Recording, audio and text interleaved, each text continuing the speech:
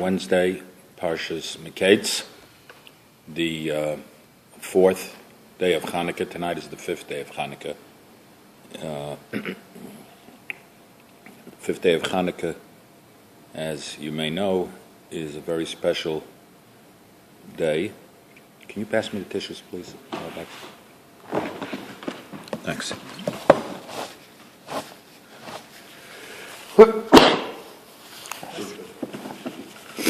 The first person who ever sneezed on camera. Milton Berle did it in 1949. That's because he has the same name as I do, Mendel. Yeah. Yeah. I always like to say I was at a concert. He gave a show at the Fontainebleau Hotel in Miami, and the security guards came over to me in the middle of the show and says, "Mr. Berle would like to see you after the show." Really? I didn't know what it was about. What happened was, in the middle of the show, he was making, he was a comedian making fun, and he goes, "Sir, what's your name?" So I didn't want to say Milton, because then he would think I'm mocking him, because my English name is Milton. So I told him Mendel. So he says, okay, and he moved on, and then after, like a little bit later, the security guard tells me, "Mr. Berle would like to see you in his dressing room." So after the show, he comes over to me, he says, "I'm going to escort you to the backstage, to his dressing room." So I said, "I have my whole family." He had my mother, I remember, and maybe about 6 or 7 people. He says, "Bring them all." So we go in there, and we were in his dressing room. He was actually taking a shower. He comes out with his big fluffy robe, and he sits down, and tells me, "Anytime I meet another Mendel, I call him backstage." Oh. He says, "My name is Mendel also." That's pretty neat. So we spoke, we took pictures. Wow. Wow, lucky you. I thought I unlocked that.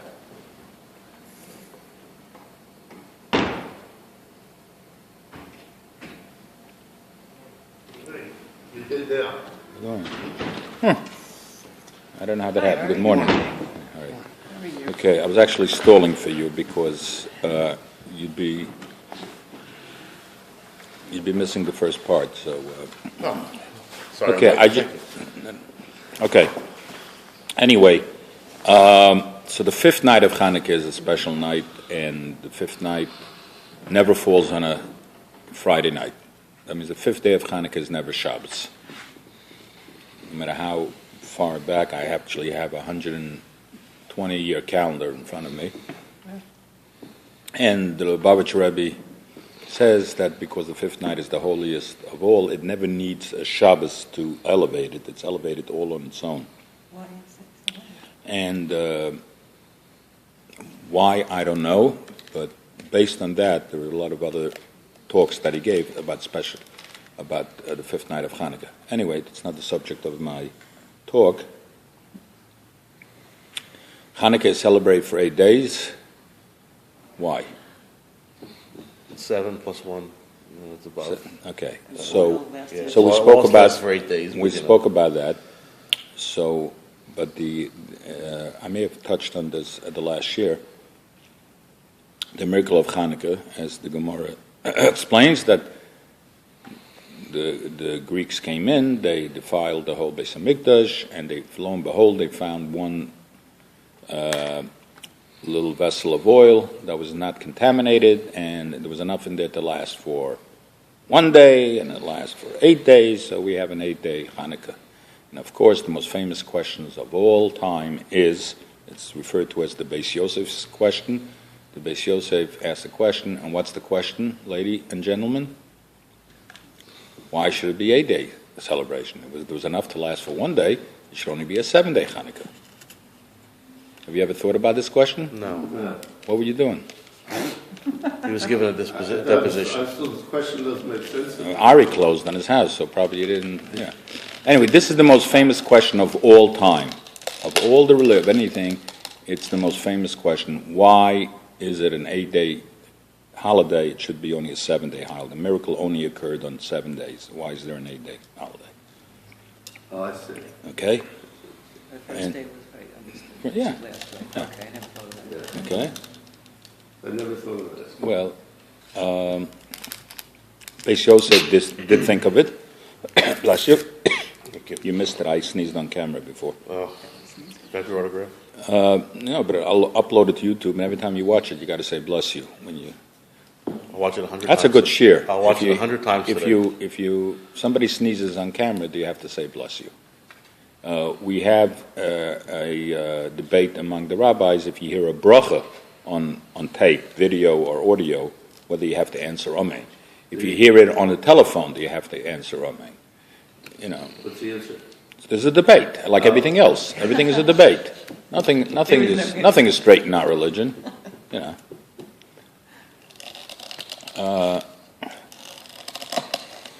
So there are actually numerous answers for this question, and in fact, there is a sefer. It's called Ner Lameya. It gives 100 answers to this question. Isn't it amazing? 100 answers. There are more than 100 answers, but this sefer gives 100. If you think about it, most people can come up with an answer. Some can come up with two. Okay. So let's go through some of the easier answers, and then we'll discuss some more not so obvious answer.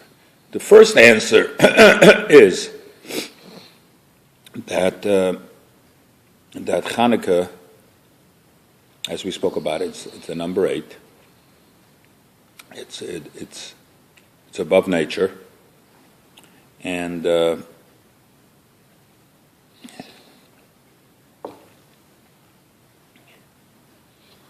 many miracles occurred on Hanukkah. So the most common answer they give is that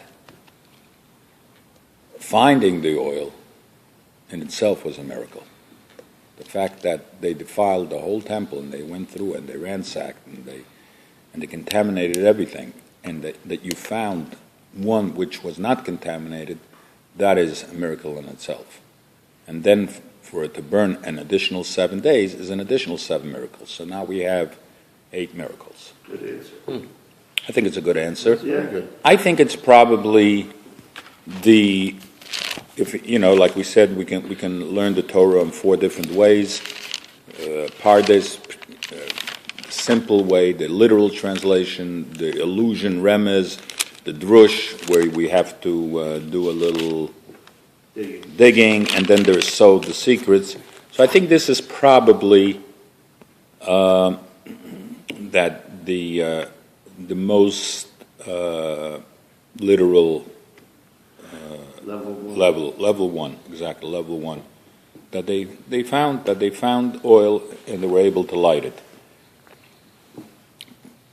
Hypothetically speaking, if they would have found oil and it would have only lit for 1 day, because there was only enough for 1 day, we would still have a holiday because we found that oil, that we were not totally obliterated from our duties of lighting the menorah in the temple every day. You lit the menorah, and the fact that we were able to continue with that mitzvah after the destruction of the Greeks is a miracle itself. Now, another answer is given, is that, there's a story in the Gemara, and again I may have said this, that I don't remember who it was. It may have been Rav Chizda. By the way, there's a book out now, if you go to Barnes & Noble, it's called Rav Chizda's Daughter. I'm not sure if I want to really recommend that book, and I am doing it publicly, but Rav Chizda was a Tana.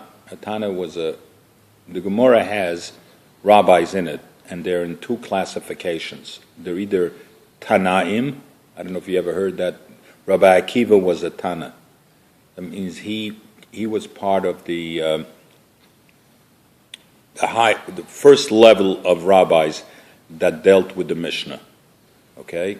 And the next level afterwards, I'm not sure if you heard of anybody, there is Abaya and Rava and all these rabbis, all extremely, extremely holy people that are mentioned in the Gemara.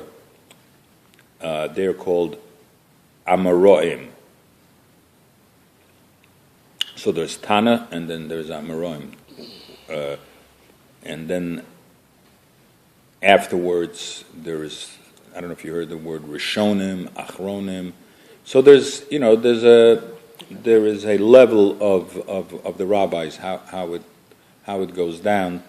And, so Rav Chisda, he was, and by the way, any name that's mentioned in the Gemara, we learn the Gemara, there's 2,711 pages to the entire, all the tractates, and there are probably, give or take, 100 different names mentioned in there.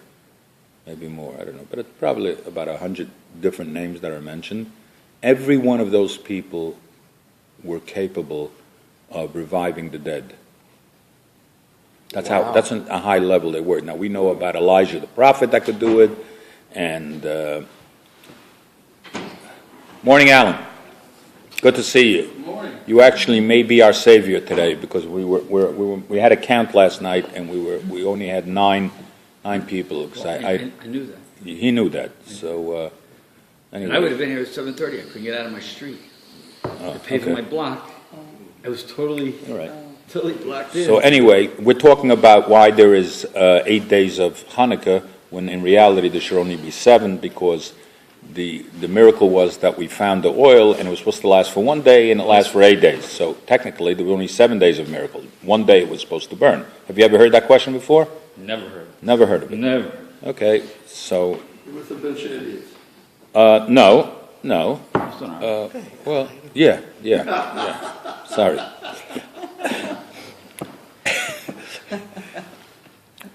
Just joking, of course. So Rav Chisda was lighting his candles, and he ran out of oil. So he tells somebody in his house, says, "Go get me some vinegar." So they look at him and they say, "Well, how's vinegar going to burn?" So he says, "He with a capital H, he who ordered that oil should burn can order that vinegar should burn."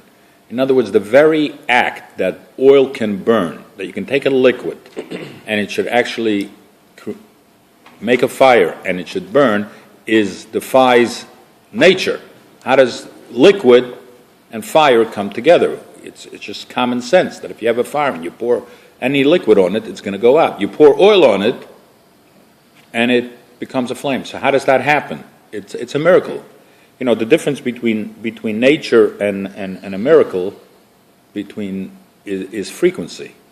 We see something for so many times, so now it becomes to us nature because it happens so often. But if every single day, if somebody came in here the first day and rubbed his hand on the table and it would be like a match and light would come out, that would be a miracle. But if he did it for 25 years in a row every single day, you wouldn't even give it a second look. He can do that. That's natural for him. You know, it's nature. So the difference between nature and a miracle is frequency. Rain comes down from the sky. You know, big deal. You know, it's a miracle. How does that happen? How does a drop of water come down from the sky? Everything that we do, the fact that we're talking, the fact that we're able to see, everything in life is a miracle. Every single thing that we can move our finger is a miracle, and certainly burning of oil is a miracle. It defies nature, and as we spoke that Hanukkah is the holiday that where we defied nature, we rose above our natural order of things. So that's why we celebrate 8 days. The first day, just in general, letting us know, hey, it's a miracle that just the fact that we can light oil and it burns is a miracle. So that's another answer that's given. Now another answer that's given, and it's a very common answer, and there's no way you can come up on this on your own, is that let's assume hypothetically there were 80 units of oil, and it takes 80 units of oil to burn for 1 day. Okay? So there were 80 units, so that means there was enough oil there to burn for 1 day. What happened? On the first day, it only burned 10 units. And every day it only burned for 10 units, and that's why it was able to go for 8 days. So the first day was a miracle that it only used up 10 units. Because ordinarily would have had to use up the entire 80 units. So every day it only used up an eighth. So every day was an equal miracle that it used up only an eighth of the amount. If you know it takes, if I know it takes me 10 gallons to go to New York, and I can make 10 trips, that means every trip, instead of using up 10 gallons, I only used up a gallon. So the first trip that I went to New York, that I only used a gallon instead of 10 gallons, was a miracle. So that's a nice answer. It makes sense. And probably that's what happened. It probably didn't happen that on the first day it used up all 80, and then a miracle happened, they found another thing of oil of 80, because that's not what it says. So how did it last for 8 days? So that every day it used up much less than it would have under natural The truth events. is, there may have been a scientific answer to it. Okay. Why it happened. You have a scientific answer? No, I said there may have been a scientific Okay, so I actually am. If I get to it, I don't know how much time I'm going to have, but if I get to it, I'll tell you something about that. Now, another answer that's given by Rishonim. Rishonim were the rabbis after the Gemara. Like I said, we know we have the Torah. And after the Torah, which is called the written law, and after the written law comes the oral law. Good morning, Hilbert. Good morning. So after the written law came the Tanaim. I'm skipping a little bit, but came the Tanaim, who wrote the Mishnah, and then came the Amoraim, who wrote the Gemara, which is a commentary on the Mishnah. And then came the Rishonim. Rishonim meaning Rishon. Rishon means first. Then came the first group of rabbis, holy rabbis. Included in them are the very famous and holy people. Good morning. Rashi. Guys heard of Rashi? The Rambam, the Ramban, Maimonides, Nachmanides. All these are Rishonim. And then came Achronim. The later rabbis are people that you may not have heard from, but maybe yes. In the back of the Gemara, if you open up the Gemara, there's a commentaries. They're all called Achronim. There's like the Vilner Gaon would be considered an Achron, the later rabbis. And the Baal Shem Tov? The Baal Shem Tov would also be considered probably in the category of Achronim. Okay. Why did I get to this? I forget how I got into this, why I gave you this order of rabbis. But anyway, there are a lot of other reasons that we do 8 days, and one of the reasons that are given, and it's actually given by both the Rishonim and the Achronim, is that the fact that we won the war, that we survived, it was a miracle. We say it every single day in Al Nisim. The extra prayer that we had is that we were few, they were many.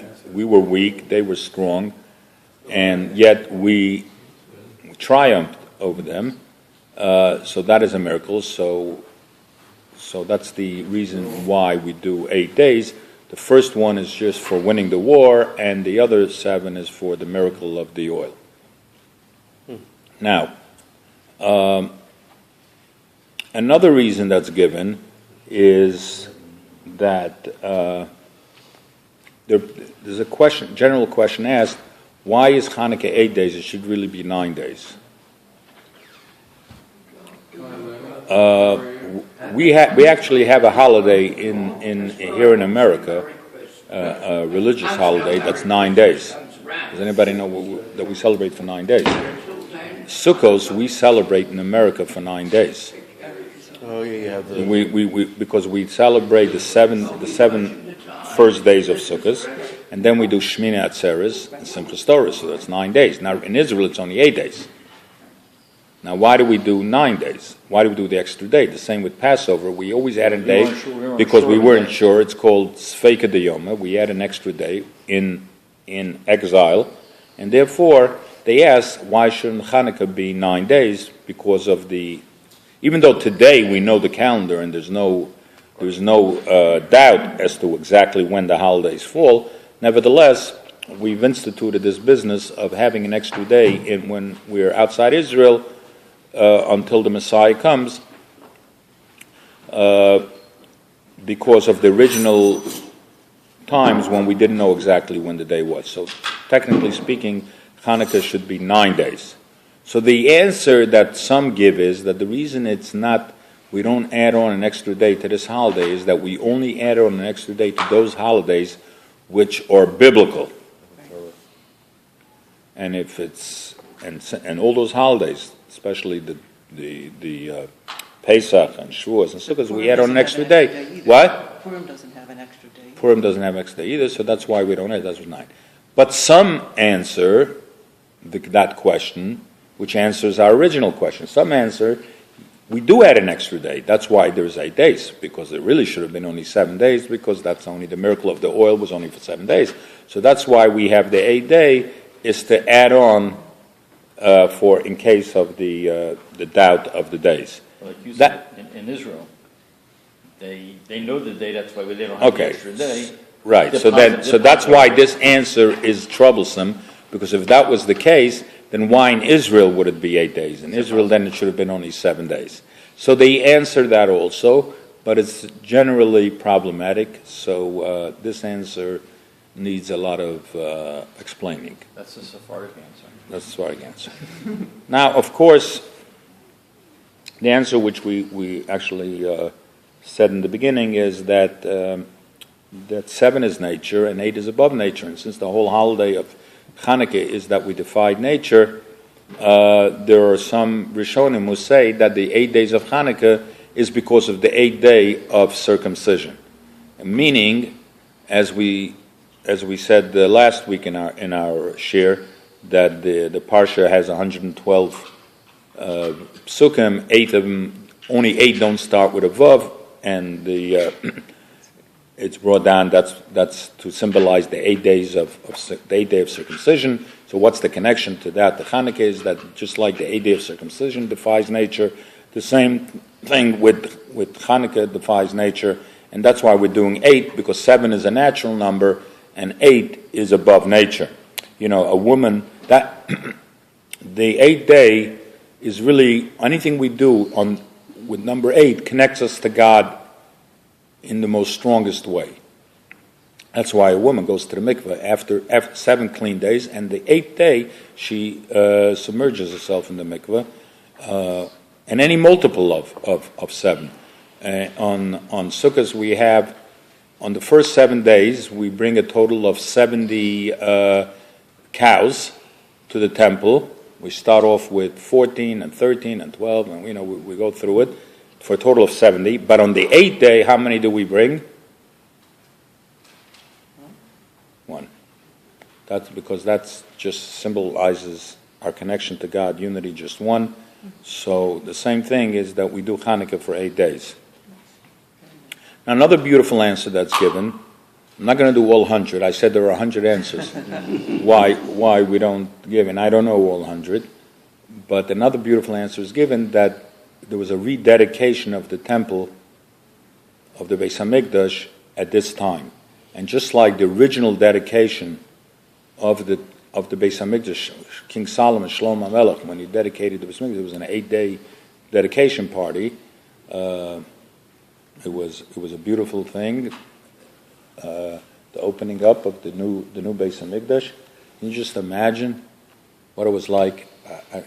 We pray, we say like almost rote so many times in our prayer, may it be the will of the God that our temple should be rebuilt and we should be able to participate in it. Can you imagine the holy temple being built? It was joyous festivities going on. I'm sure Bubby Pizza had a concession over there. Huh? They had a booth They over were there. booked that one. They had a booth, I know. We had to import tomatoes all the way from America. At that time, you were importing them from Italy. Yeah. So that's why we do 8 days of the rededication of the Beis Hamikdash. So we now, because we have time, and hopefully we'll have minyan. Let's see what we got. We have minyan. Oh, okay. So So I'm going to start something, and maybe if I don't get to finish it, then that'll be it, because they're both coming in. So we spoke about last week that there's a debate whether what's actually the mitzvah. Is the mitzvah to light the candles, or is the mitzvah to place the candles? Okay, it's hadloka osa mitzvah. Is the lighting that accomplishes the mitzvah, or is it taking it and putting it out in the window, and that part is doing the mitzvah? And I tied that in with the debate whether what happens if you light the candles, if it goes out, do you have to relight it? So if the mitzvah is to light the candles, once you lit it, you did the mitzvah. If it went out, so be it, but you already did the mitzvah. If the mitzvah is to put it in the windows and there should be a publicizing of the miracle, parsume nissa, if that is the mitzvah, so if it went out, you haven't accomplished the mitzvah.